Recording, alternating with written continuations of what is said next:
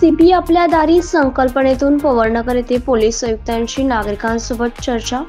नाशिक शहर पोलीस आयुक्त संदीप कर्णिक यांनी राज्य शासनाने राबवलेल्या पोलीस आपल्या दारी संकल्पनेला प्रतिसाद देत नवीन नाशिक अंबड पोलीस स्टेशन हद्दीतील पवननगर पोलीस चौकी येथे सर्वसामान्य नागरिकांना भेटून त्यांच्या तक्रारी जाणून घेतल्या।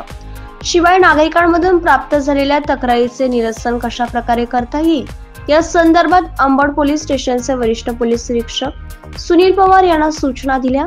प्रसंगी नवीन नाशिक येथील सर्वपक्षीय सर्वधर्मीय शिवजयंती उत्सव समिती, पवननगर भाजी मार्केट समिती, पोलीस मित्र तसेच सामाजिक क्षेत्रातील महिला भगिनींकडून सन्मान सत्कार करण्यात आला।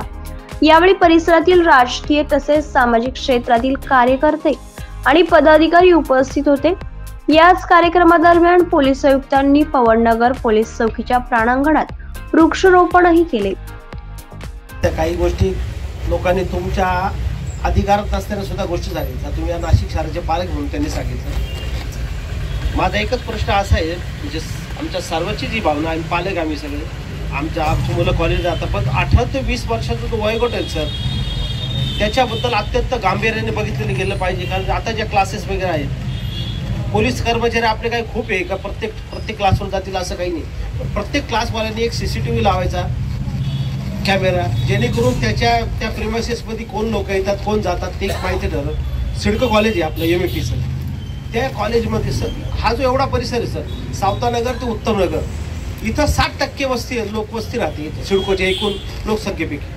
इथं 8,000 रुपये महिना कमवणाराही माणसं आहे, 2 लाख रुपये महिना कमवणारी माणसं आहे। ही पवननगर पोलीस चौकी आज तुम्ही आले म्हणून एवढी सुशोभित करण्यात आली, नाही तर ही पोलीस चौकी सुशोभित पण नव्हती। कोणी अधिकारी 24 तास तर नाही म्हणत आम्ही, पण आठवड्यातून 2 वेळेस तरी इथं हजर राहावं। कारण आज पवननगर भाजी मार्केट या ठिकाणी पेटे शाळेजवळ पण एक पोलीस चौकी आहे, तिथे एक ट्रॅफिक हवालदाराची नेमणूक करण्यात यावी। कारण शाळा ज्या सुटतात, त्या शाळा सुटल्यानंतर तिथं खूप ट्रॅफिक पण जाम होती, जिथं भाजी मार्केट आहे त्याच्यामुळे मुलांना आतापर्यंत तिथं 6 ते 7 अपघात झाले आणि 10 ते 12 मुलं तिथं अपघाती निधन झालेले त्यांचं। त्या गोष्टीची आपण सूचना तुम्हाला करतो।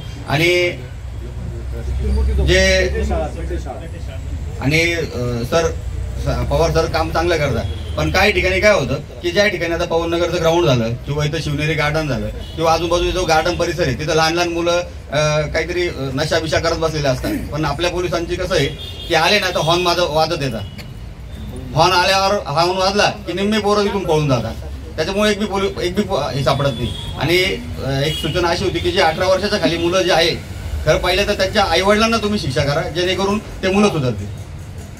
ही सिडको सगळ्यात जास्त 18 वर्षाच्या खालच्याच मुलांना ड्रग्सची आणि याची सवय लागली, नशेची।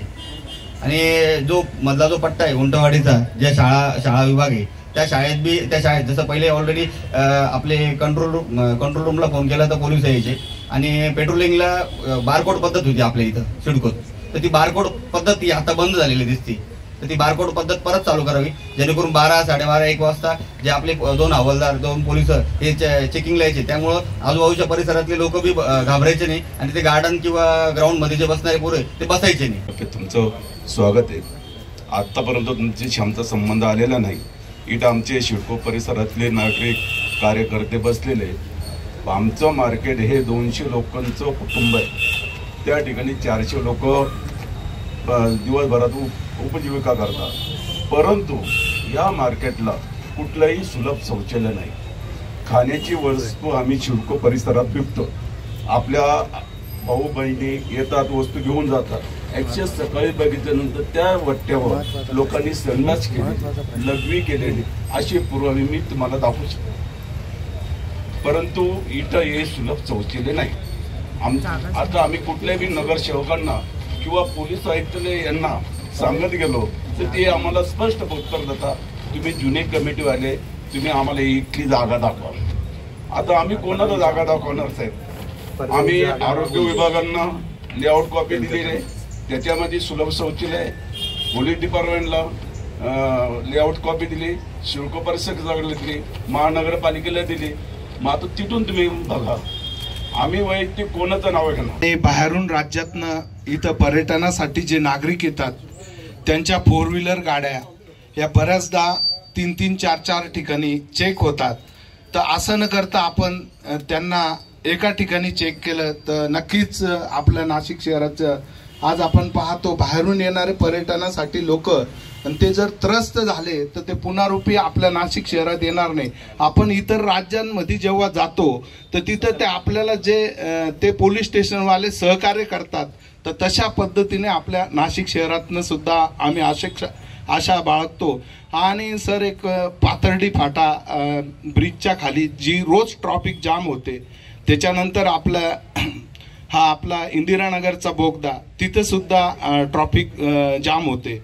परत सिटी सेंटर मॉल रात्री 1-1 तास कधी कधी ट्रॉफिक जाम होते. तर त्याला पर्यायी मार्ग शोधावा अशी अपेक्षा बाळगतो. धन्यवाद. पण नागरिक आहात, एवढे वर्ष आपण इथे राहत आहे, त्यामुळे आपल्याला जेवढी समज एरियाची आहे तेवढी कदाचित आम्ही 1 वर्ष 2 वर्ष 3 वर्ष अधिकारी नोकरी करून जातात. त्यामुळे आपण एखादी गोष्ट सांगितली त्याकडे आपल्याला काही सजेशन्स असतील तर तेही सांगा. आपण 10 सजेशन दिले, आम्ही ते एक्झामिन करून 2, 3, 4 जे काही इम्प्लिमेंट होतील त्यातून इट विल बी बेटर. त्यांनी सांगितलं की बऱ्याच ओपन स्पेसेसचा जो प्रॉब्लेम आहे तो खूप मेन आहे. तर आपण समजा मनीषा मॅडम खत्री मॅडम सोबत एक जॉईंट मीटिंग घेतली की जे कोणते रेड ह्याच्यामध्ये जे ओपन स्पेसेस घेत आहेत की जिथे जास्त करून गुन्हेगारी आहे तर तिथे एक तर कायमस्वरूपी ते ओपन स्पेस वापरण्यात नाहीये तर पूर्ण सील करावी, किंवा मग छोटं मोठं तुटकं गार्डन आहे तर ते कम्प्लीट आपण आमदार फंडमधनं किंवा महापालिकेच्या ह्याच्यातनं जर पूर्ण डेव्हलप केली तर ते नागरिकांच्या पण उपयोगी येणार आणि जे नाही आहे ते पूर्णपणे बंद होणार, जेणेकरून त्यांचे अट्टे बंद होतील.